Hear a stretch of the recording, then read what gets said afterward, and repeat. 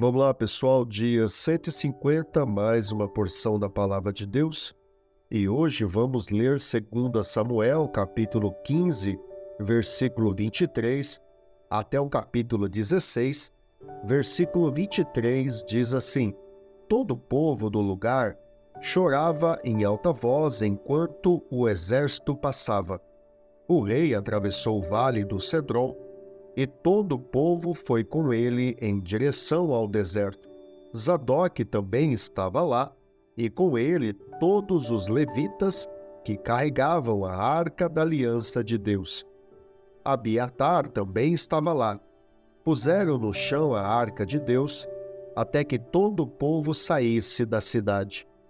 Então o rei disse a Zadok: Leve a arca de Deus de volta para a cidade. Se o Senhor mostrar benevolência a mim, ele me trará de volta e me deixará ver a arca e o lugar onde ela deve permanecer. Mas se ele disser que já não sou do seu agrado, aqui estou, faça ele comigo a sua vontade. Disse ainda o rei ao sacerdote Zadok: Fique alerta, volte em paz para a cidade, você, Aimaas, seu filho, e Jonatã, filho de Abiatar. Pelos destiladeiros do deserto, ficarei esperando notícias de vocês. Então Zadok e Abiatar levaram a arca de Deus de volta para Jerusalém e lá permaneceram. Davi, porém, continuou subindo o Monte das Oliveiras, caminhando e chorando, com a cabeça coberta e os pés descalços, e todos os que iam com ele também tinham a cabeça coberta e subiam chorando. Quando informaram a Davi que Aitofel era um dos conspiradores que apoiavam Absalão, Davi orou: Ó Senhor, transforma em loucura os conselhos de Aitofel. Quando Davi chegou ao alto do monte, ao lugar onde o povo costumava adorar a Deus, veio ao seu encontro o arquita Husai, com a roupa rasgada e com terra sobre a cabeça. E Davi lhe disse: Não adianta você vir comigo, mas se voltar à cidade, poderá dizer a Absalão: Estarei a teu serviço, ó rei. No passado, estive a serviço de teu pai, mas agora estarei a teu serviço. Assim você me ajudará, frustrando o conselho de Aitofel. Os sacerdotes, Zadok e Abiatar, estarão lá com você. Informe-os do que você souber no palácio. Também estão lá os dois filhos dele, Aimaas e Jonatas. Por meio deles, me informe de tudo o que você ouvir. Husai, amigo de Davi, chegou a Jerusalém quando Absalão estava entrando na cidade. Mal Davi tinha passado pelo alto do monte. Lá estava à sua espera Ziba, criado de Mefibosete. Ele trazia 2 jumentos carregando 200 pães, 100 bulos de uva passas, 100 frutas da estação e uma vasilha de couro cheia de vinho. O rei perguntou a Ziba: Por que você trouxe essas coisas? Ziba respondeu: Os jumentos servirão de montaria para a família do rei. Os pães e as frutas são para os homens comerem, e o vinho servirá para reanimar os que ficarem exaustos no deserto. Onde está Mefibosete, neto de seu senhor? Perguntou o rei. Respondeu-lhe Ziba: Ele ficou em Jerusalém, pois acredita que os israelitas lhes restituirão o reino de seu avô. Então o rei disse a Ziba: Tudo o que pertencia a Mefibosete agora é seu. Humildemente me prostro, disse Ziba, que o rei meu senhor agrade-se de mim. Chegando o rei Davi a Baurim, um homem do clã da família de Saul chamado Simei, filho de Gera, saiu da cidade proferindo maldições contra ele. Ele atirava pedras em Davi e em todos os conselheiros do rei, Embora todo o exército e a guarda de elite estivessem à direita e à esquerda de Davi, enquanto amaldiçoava, Simei dizia: saia daqui, assassino, bandido. O Senhor retribuiu a você todo o sangue derramado na família de Saul, em cujo lugar você reinou. O Senhor entregou o reino nas mãos de seu filho Absalão.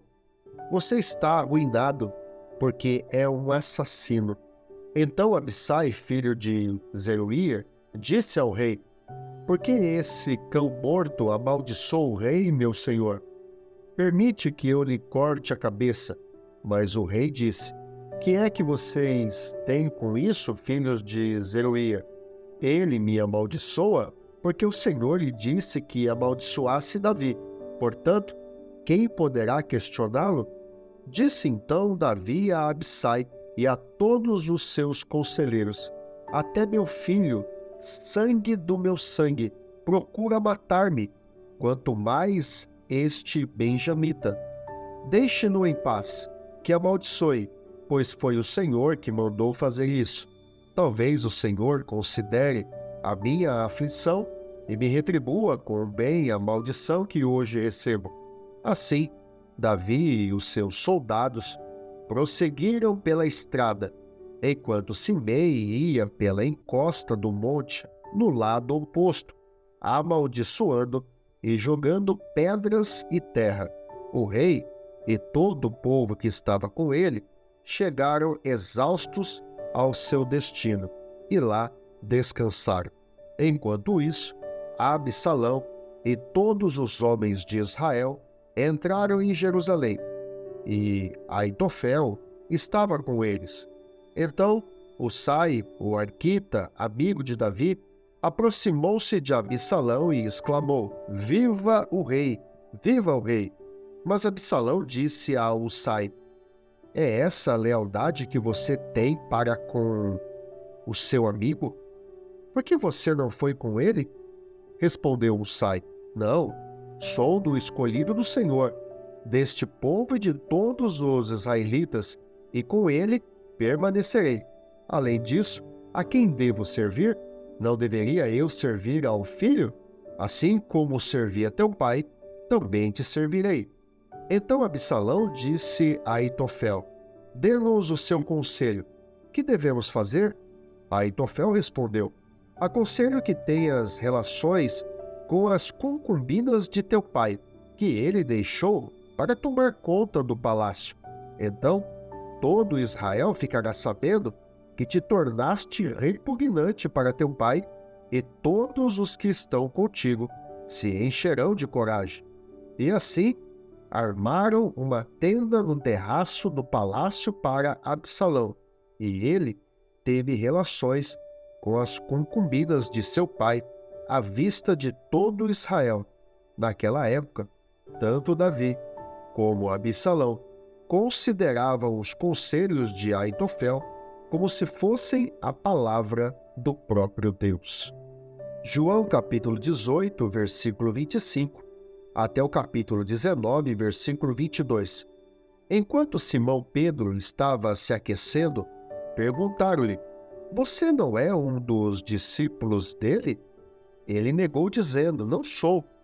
Um dos servos do sumo sacerdote, parente do homem cuja orelha Pedro cortara, insistiu: eu não o vi com ele no olival? Mais uma vez, Pedro negou, e no mesmo instante um galo cantou. Em seguida, os judeus levaram Jesus da casa de Caifás para o pretório. Já estava amanhecendo e, para evitar contaminação cerimonial, os judeus não entraram no pretório, pois queriam participar da Páscoa. Então Pilatos saiu para falar com eles e perguntou: que acusação vocês têm contra este homem? Responderam eles: se ele não fosse criminoso, não teríamos entregado a ti. Pilatos disse: levem-no e julguem-no conforme a lei de vocês. Mas nós não temos o direito de executar ninguém, protestaram os judeus. Isso aconteceu para que se cumprisse as palavras que Jesus tinha dito, indicando a espécie de morte que ele estava para sofrer. Pilatos então voltou para o pretório, chamou Jesus e lhe perguntou: Você é o rei dos judeus? Perguntou-lhe Jesus: Essa pergunta é tua ou os outros te falaram a meu respeito? Respondeu Pilatos: Acaso sou judeu? Foram o seu povo e os chefes dos sacerdotes que o entregaram a mim. Que foi que você fez? Disse Jesus: O meu reino não é deste mundo. Se fosse, os meus servos lutariam para impedir que os judeus me prendessem. Mas agora o meu reino não é daqui. Então você é rei, disse Pilatos. Jesus respondeu: Tu dizes que sou rei.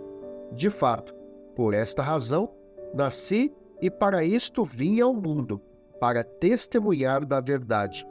Todos os que são da verdade me ouvem. Que é verdade? Perguntou Pilatos. Ele disse isso e saiu novamente para onde estavam os judeus e disse: Não acho nele motivo algum de acusação. Contudo, segundo o costume de vocês, devo libertar um prisioneiro por ocasião da Páscoa. Querem que eu solte o rei dos judeus? Eles, em resposta, gritaram: Não, ele não. Queremos Barrabás. Ora, Barrabás era um bandido. Então Pilatos mandou açoitar Jesus. Os soldados teceram uma coroa de espinhos e a puseram na cabeça dele. Vestiram-no com uma capa de púrpura e, chegando-se a ele, diziam: Salve, rei dos judeus! E batiam-lhe no rosto. Mais uma vez Pilatos saiu e disse aos judeus: Vejam, eu estou trazendo a vocês para que saibam que não acho nele motivo algum de acusação. Quando Jesus veio para fora, usando a coroa de espinho e a capa de púrpura, disse-lhe Pilatos: Eis o homem. Ao vê-lo, os chefes dos sacerdotes e os guardas gritaram: Crucifica-o! Crucifica-o! Mas Pilatos respondeu: Levem-no vocês e crucifiquem-no. Quanto a mim, não encontro base para acusá-lo. Os judeus insistiram: Temos uma lei, e de acordo com essa lei ele deve morrer, porque ele se declarou filho de Deus. Ao ouvir isso, Pilatos ficou ainda mais amedrontado e voltou para dentro do palácio. Então perguntou a Jesus: De onde você veio? Mas Jesus não lhe deu resposta. Você se nega a falar comigo? Disse Pilatos. Não sabe que eu tenho autoridade para libertá-lo e para crucificá-lo? Jesus respondeu: Não terias nenhuma autoridade sobre mim se esta não te fosse dada de cima. Por isso, aquele que me entregou a ti é culpado de um pecado maior. Daí em diante, Pilatos procurou libertar Jesus, mas os judeus gritavam: Se deixares esse homem livre, não és amigo de César. Quem se diz rei opõe-se a César. Ao ouvir isso, Pilatos trouxe Jesus para fora e sentou-se na cadeira de juiz, num lugar conhecido como Pavimento de Pedra, que em aramaico é Gábata. Era o dia da preparação na semana da Páscoa, por volta das 6 horas da manhã. Eis o rei de vocês, disse Pilatos aos judeus. Mas eles gritaram: Mata, mata, crucifica-o. Devo crucificar o rei de vocês? Perguntou Pilatos. Não temos rei, senão César, responderam os chefes dos sacerdotes. Finalmente, Pilatos o entregou a eles para ser crucificado. Então os soldados encarregaram-se de Jesus, levando a sua própria cruz. Ele saiu para o lugar chamado Caveira, que em aramaico é chamado de Gólgota. Ali o crucificaram, e com ele 2 outros, um de cada lado de Jesus. Pilatos mandou preparar uma placa e pregá-la na cruz com a seguinte inscrição: Jesus Nazareno, o Rei dos Judeus. Muitos dos judeus leram a placa, pois o lugar em que Jesus foi crucificado ficava próximo da cidade, e a placa estava escrita em aramaico, latim e grego. Os chefes dos sacerdotes dos judeus protestaram junto a Pilatos: não escrevas o rei dos judeus, mas sim que esse homem se dizia rei dos judeus. Pilatos respondeu: o que escrevi, escrevi. Salmo 119, versículos 113 a 128. Odeio os que são inconstantes, mas amo a tua lei.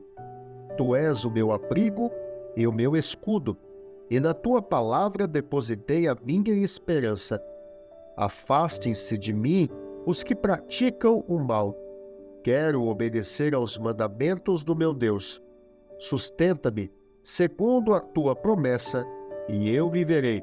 Não permitas que se frustrem as minhas esperanças. Ampara-me e estarei seguro. Sempre estarei atento aos teus decretos. Tu rejeitas todos os que se desviam dos teus decretos, pois os seus planos enganosos são inúteis. Tu destróis, como um refúgio, todos os ímpios da terra. Por isso amo os teus testemunhos. O meu corpo estremece diante de ti. As tuas ordenanças enchem-me de temor. Tenho vivido com justiça e retidão. Não me abandones nas mãos dos meus opressores. Garante o bem-estar do teu servo. Não permitas que os arrogantes me oprimam. Os meus olhos fraquejam, aguardando a tua salvação e o cumprimento da tua justiça. Trata o teu servo conforme o teu amor leal e ensina-me os teus decretos. Sou teu servo, dá-me discernimento para compreender os teus testemunhos. Já é tempo de agir, Senhor, pois a tua lei está sendo desrespeitada. Eu amo os teus mandamentos mais do que o ouro puro. Por isso considero justos os teus preceitos e odeio todo caminho de falsidade. Provérbios capítulo 16, versículo 10 e 11. Os lábios do rei falam com grande autoridade.